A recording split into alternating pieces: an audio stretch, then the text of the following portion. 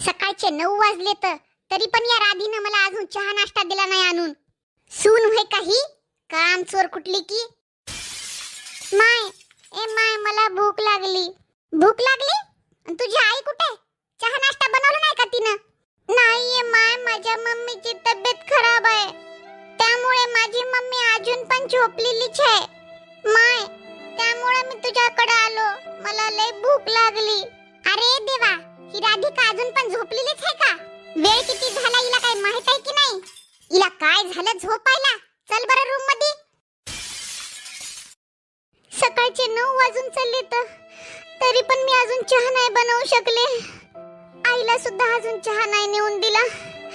त्यांना काय वाटत असेल की मी अजून पण नाटक करायले म्हणून. पण मी आईला कसं समजावून सांगू की माझी तब्येत खरंच खूप खराब आहे ते. राधिका, ए राधिका, राधिका, तुम्हाला हे सांग, तुला उठायचा टाइम आहे का नाही? आजूबाजूचे घर बघ जरा, कशा सकाळी सकाळी रामपारात सुना उठताता, अंगण झाडताता, घरात चहा नाश्ता बनवताता, आणि तू अजून पण झोपलेली आहेस. आई, आज ना माझी तब्येत खूप जास्त खराब वाटायली हो मला. उठा वाटना झालंय, त्यामुळेच मी आतापर्यंत झोपून होते. मला कसंच उठा वाटना झालंय. ही ना चूक माझ्या लेकाची आहे. माझा लेक तुला डोक्यावर घेऊन बसलाय, त्यामुळे तू लय माजून चाललीस. तुझं काही लेकरू पहिलं नवा काय नवा, दुसऱ्यांदा दिवस गेले तुला. जेव्हापासून तुला समजले की तू आई होणार आहेस, तेव्हापासून तुझे हे नाटक सुरू झालेत बघ. आई, जेव्हा मला पहिल्यांदा दिवस गेले होते तेव्हा माझी एवढी तब्येत खराब नव्हती झाली. मी एकदम बरी होते. तेव्हा मला सगळे घरातले काम करायला जमायचे आणि मी केले पण यावेळेस आई, जसेच मला दिवस राहिले तशीच माझी तब्येत खराब होत राहिली. त्यामुळे मला घरातले कोणते काम पण करता येईना झाले. तर नुसता जीव गळून चाललाय माझा, अशक्तपणा वाटायलाय. मग तुला काय वाटायले, घरातले सगळे मी काम करू? तुला आधीच सांगून ठेवायले बघ राधिका, माझ्याने हे घरातले काम होणार नाहीत बघ. थांब, येऊ दे माझ्या लेकाला संध्याकाळच्याला, मग तुझी दाखवते. आई, तुम्ही एक काम करा, जाऊन बसा. मी उठते कशी तरी आणि जाऊन बनवते तुमच्यासाठी काहीतरी नाश्त्यामध्ये, आणि मग लगेच स्वयंपाकाला लागते. पण तुम्ही त्यांना काही बोलू नका. एकतर ते तितक्या संध्याकाळच्याला येतात ऑफिसवरून. टेन्शन राहते ऑफिसचं त्याला, आणि घरचं त्याला सांगत बसलं तर विनाकारणचं टेन्शन त्यांच्या जीवाला पण. त्यामुळे आई, तुम्ही अशा घरातला काही प्रॉब्लेम सांगू नका, नाही तर जास्त टेन्शन घेतील ते. हे बघ राधिका, थोड्याच वेळामध्ये मला नाश्ता करून पाहिजे बघ, नाही तर मी माझ्या लेकाला सांगून तुझी सोय लावते. आई, तुम्हाला काही कसं समजत नाहीये हो, माझी परिस्थिती काय आहे. तुम्हाला कसं कळणं झालंय माझी एवढी तब्येत खराब झाली. आणि मला हे पण माहित आहे की तुम्ही त्यांना सांगितलं तरी पण ते काही बोलणार नाहीत मला, कारण ते खूप ध्यान देतात माझ्यावर.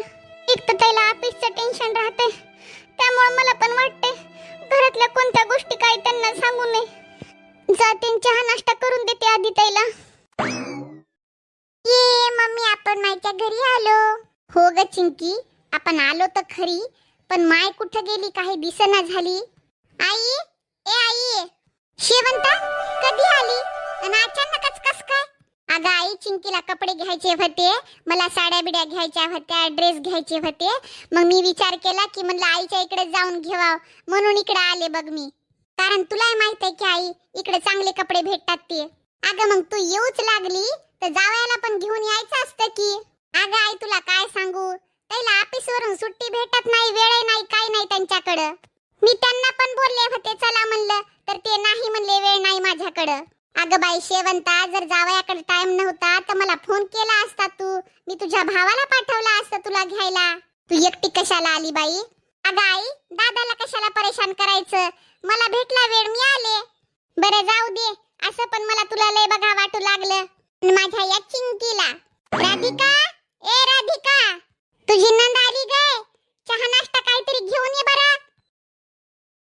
किती जीव थकलाय माझा, खूपच थकवा आलाय मला, आणि माझ्या अंगामध्ये कोणतं काम करण्याची ताकद पण नाही राहिली. आता तर घरातले कुठं काम झाले, तर आता मला थोडासा आराम कराव, तर घरात नंद आली आता माझी. आईनं कमीत कमी ताईला चहा नाश्ता पाणी तरी द्यावा ना. पण आईला तर माझी किती तब्येत खराब झाली ते तर खोटच वाटायलंय. त्यांना माझ्याबद्दल काही वाटच ना झाले. त्यांना माझी काहीच काळजी नाही. चल जाऊ दे, ताईला चहा नाश्ता मीच करून देते, नाही तर आई लय वरडतील मला. आता इथं राहायचंय म्हणलं तर मला काम तर करावंच लागतील घरातले. माझ्या माहेरात जावं म्हणलं होतं, पण माझी आईच खूप म्हातारी आहे, तिलाच घरातले काम होत नाही तर कुठं जाऊ मी. इथं राहायचंय, काम तर करावेच लागतील.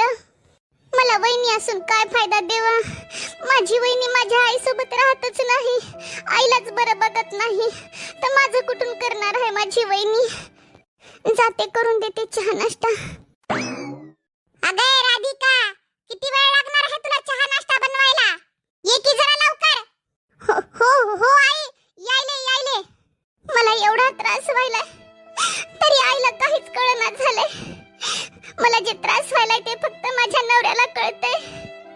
माझी एवढी तब्येत खराब झाली तरी पण माझ्या सासूला आणि माझ्या नंदला काहीच वाटना झालंय माझं.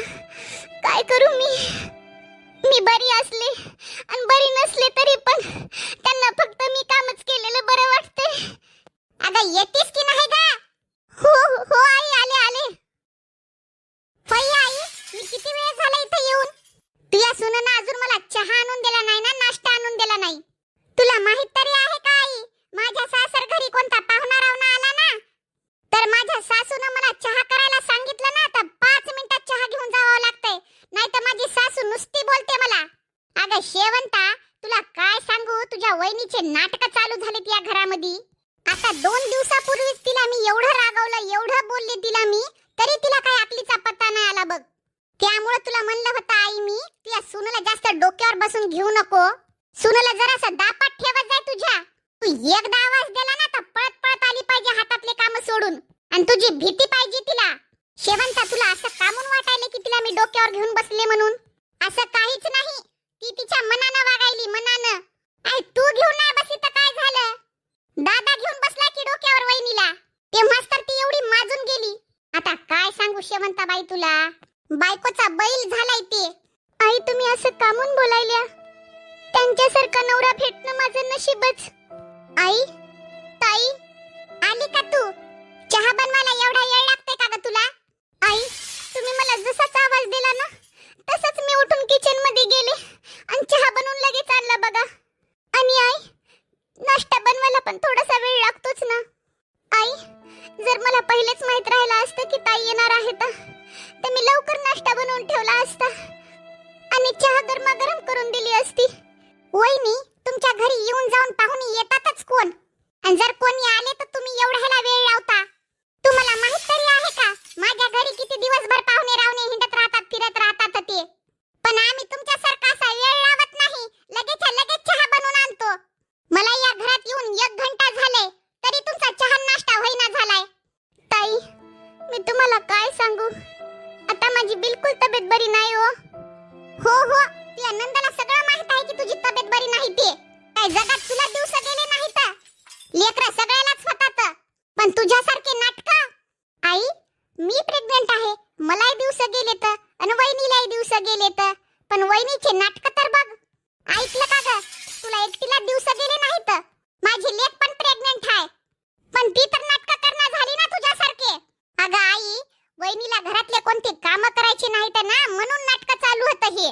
होय वहिनी, तुम्हाला बंटीच्या वेळेस दिवस गेले होते तेव्हा तर तुमची एवढी तब्येत खराब झाली नव्हती, पण यावेळेस तुम्हाला दिवस गेले तर तुम्हाला कोणते घरातले कामच होईना झाले. तर वहिनीच्या आईने सांगितलं असेल ये घरात कोणतं कामधाम करू नको म्हणून. वहिनीला काय तिकडे जायचं नाही, काय नाही, इथं करणार कोणी नाही, काय नाही, म्हणून नाटक करून पडून राहायचंय. आणि ते आपली सासून करते आणि खाऊ घालते. नाही हो ताई, माझी खरंच खूप तब्येत खराब आहे, मी कोणते नाटक बिटक करना झाले. आणि प्लीज ताई, तुम्ही माझ्यावर असे खोटे आरोप टाकू नका. तसं पण ताई, माझ्या आईचं वय एवढं झालंय, म्हातारी आहे माझी आई. माझ्या आईला फोन लावता येत नाही, उचलता पण येत नाही. माझी तब्येत बरोबर नसल्यामुळे मी माझ्या आईला तेवढा फोन पण करत नाही. तर तुम्हीच मला सांगा, माझी आई मला कुठून सांगणार हे? काही कान भरून दिले नाही माझ्या आईनं. असा खोटा आरोप टाकू नका माझ्या आईवर तुम्ही. दे शेवंता, पी चहा हे, नाही तर चहा तुझा थंडा व्हायचा होय, नाही तर परत जायची भाई गरम करायला आणि घंटाभर येणारच नाही. चहा सोबत बिस्किट? होय आई, तुला माहित आहे ना मी चहा सोबत बिस्किट खात नाही ते. पुन्हा पुन्हा चहा सोबत बिस्किट कशाला पाठवायचे? काय भज्जे बिज्जे करायचं कळतंय की नाही नंदला? आणि जर आई तुम्हाला जर माझी सेवा पाणी करायची नसेल ना तर सांगून द्या एकदाच, मी येणंच बंद करते इथं आणि जाते आता निघून मी माया सासरी. शेवंत तू असं कामून बोलायली? मग नाही तर काय बोलू आई दुसरं? चहा सोबत गोड बिस्किट कोण आणून देतंय? तुला तर माहित आहे ना आई, मी बिस्किट खात नाही चहा सोबत ते. मग माझ्यासाठी नाश्त्यामध्ये दुसरं तिखट वखट काहीतरी बनवायचं. होय गे राधिका, मी जिवंत असताना माझ्या पोरीवर लक्ष देईना झालीस, मी मेल्यावर काय लक्ष देशील माझ्या पोरीवर? काय सेवा पाणी करशील माझ्या लेकीची? तुझ्या वागण्याकडे बघून मला वाटायले मी मेल्याच्या नंतर माझ्या पोरीला विचारणार पण नाहीस तू. हे घे तू हा चहा आणि जाय किचन मध्ये माझ्या लेकीसाठी चांगला नाश्ता बनवून आण काहीतरी. बरं आई. आणि वहिनीला सांग आई, पहिला जेवढा वेळ लावला ना आता तेवढा वेळ लावू नको म्हणाव. ऐकलं का ग राधिका? हो आई, लवकर बनवून घेऊन येते. आज माधव कडून 15,000 घेऊ काय की? शेवंताला आणि चिंकीला कपडे घ्यायचे तर मार्केटला जावाव म्हणलं. आई, हा केशव बोल की. राधिकाची तब्येत आज जरा जास्त खराब आहे, तर तिला आज कोणतं काम जास्त सांगू नको.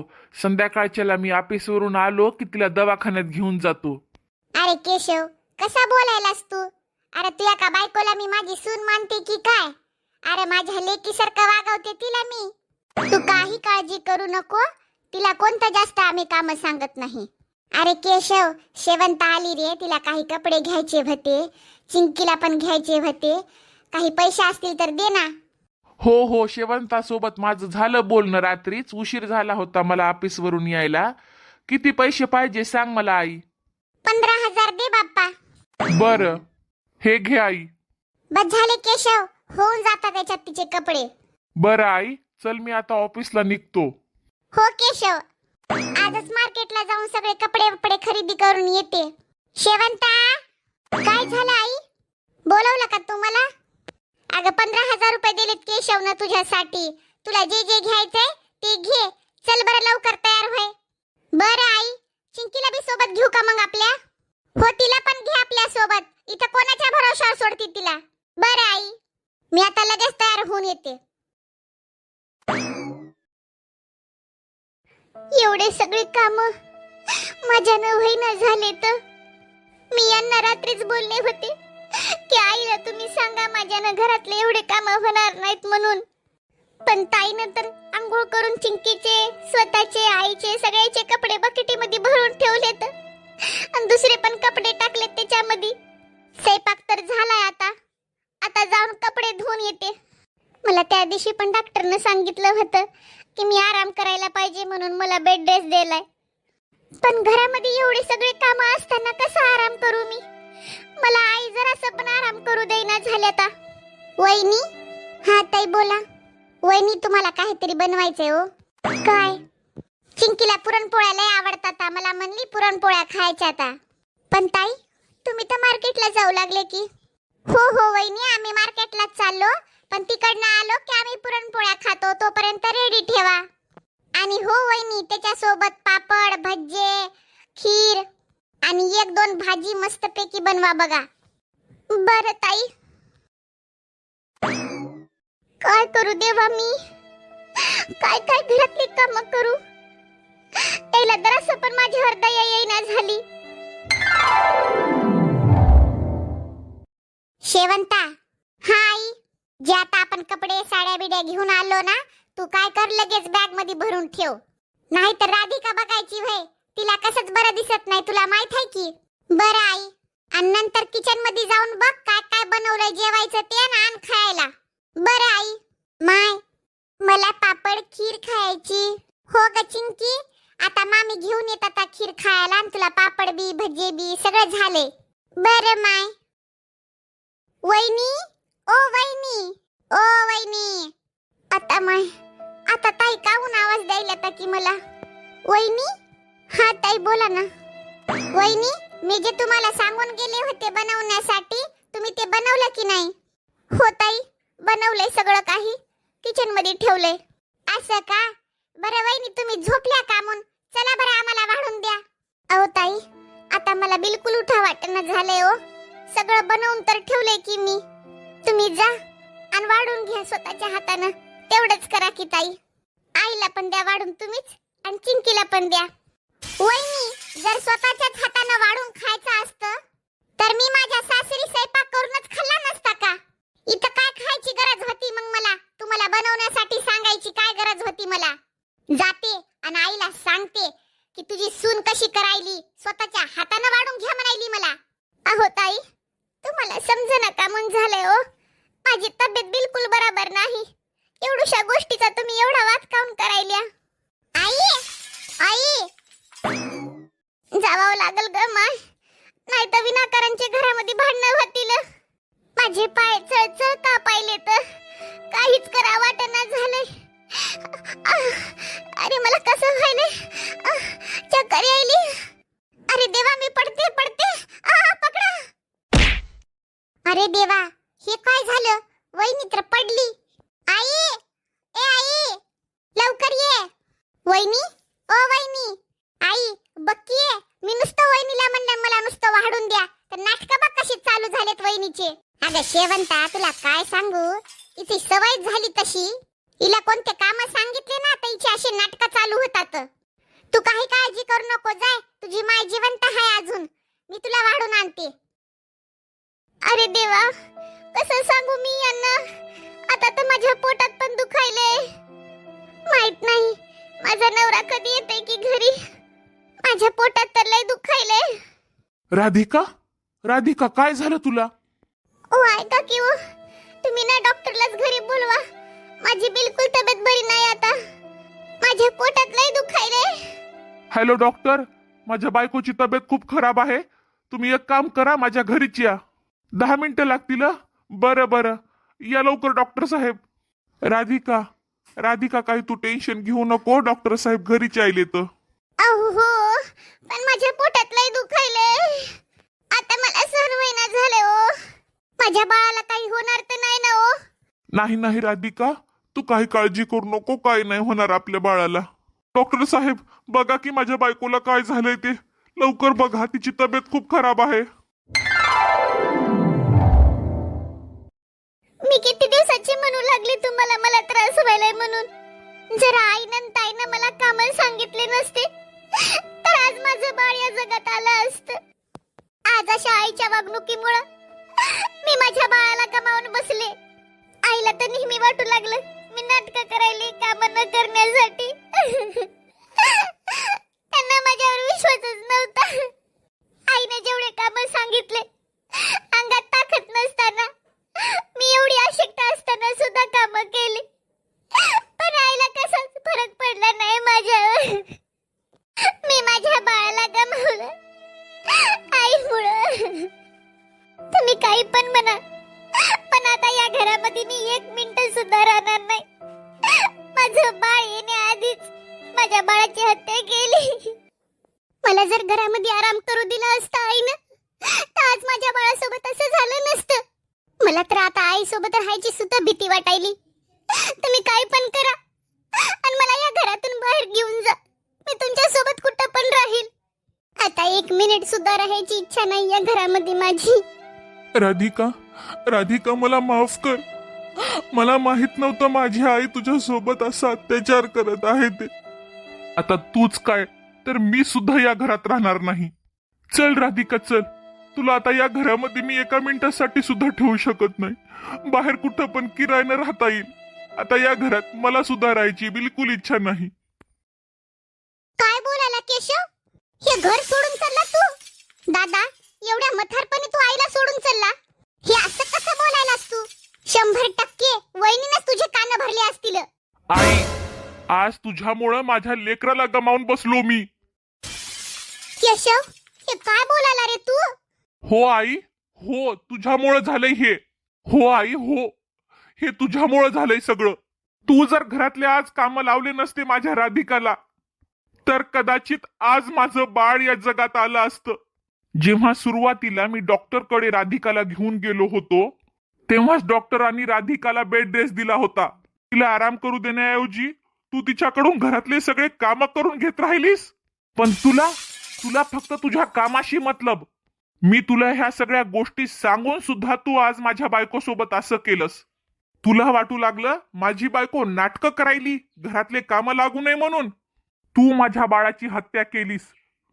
जिम्मेदार तू आहेस तू. आता हे घरदार सोडून चाललो. राह तू आणि तुझी लेक या घरामध्ये. माझ्या बायकोला आणि माझ्या लेकराला कायमचं घेऊन चलो या घरातून तुझ्यापासून दूर. तू राह आता इथं आरामात. आई आई मी तुम्हाला सांगत गेले माझ्यानं कामं होत नाहीत, तरी तुम्ही मला घरातले सगळे काम करायला लावू लागले. माझ्यावर विश्वास पण नाही ठेवला तुम्ही. तुमच्यामुळे माझं बाळ या जगात येण्याआधीच त्याची तुम्ही हत्या केली. तुम्हाला या गोष्टीसाठी मी कधीच माफ करणार नाही. मी जात आहे या घरातून कायमची. चला ओ चला, मी आता 1 मिनिट सुद्धा इथे राहू शकत नाही. केशव, राधिका, नका जाऊ रे तुम्ही घर सोडून. चूक झाली माझ्याकडून, माफ करा मला. आई, जेवढी दोषी तू आहेस ना तेवढी दोषी मी पण आहे आई. मी जर इथं आलेच नसते तर वहिनीला एवढे काम पण सांगितले नसते. पण आता काय करू आई मी. शेवंता, तू चुकीची आहेस की नाही मला माहिती नाही, पण मी चुकले. माझ्या सुनेवर विश्वास नाही केला. माझ्याकडून खूप मोठी चूक झाली ही. मीच या घराचं वाटोळं केलं. मी राधिकावर विश्वासच नाही ठेवला.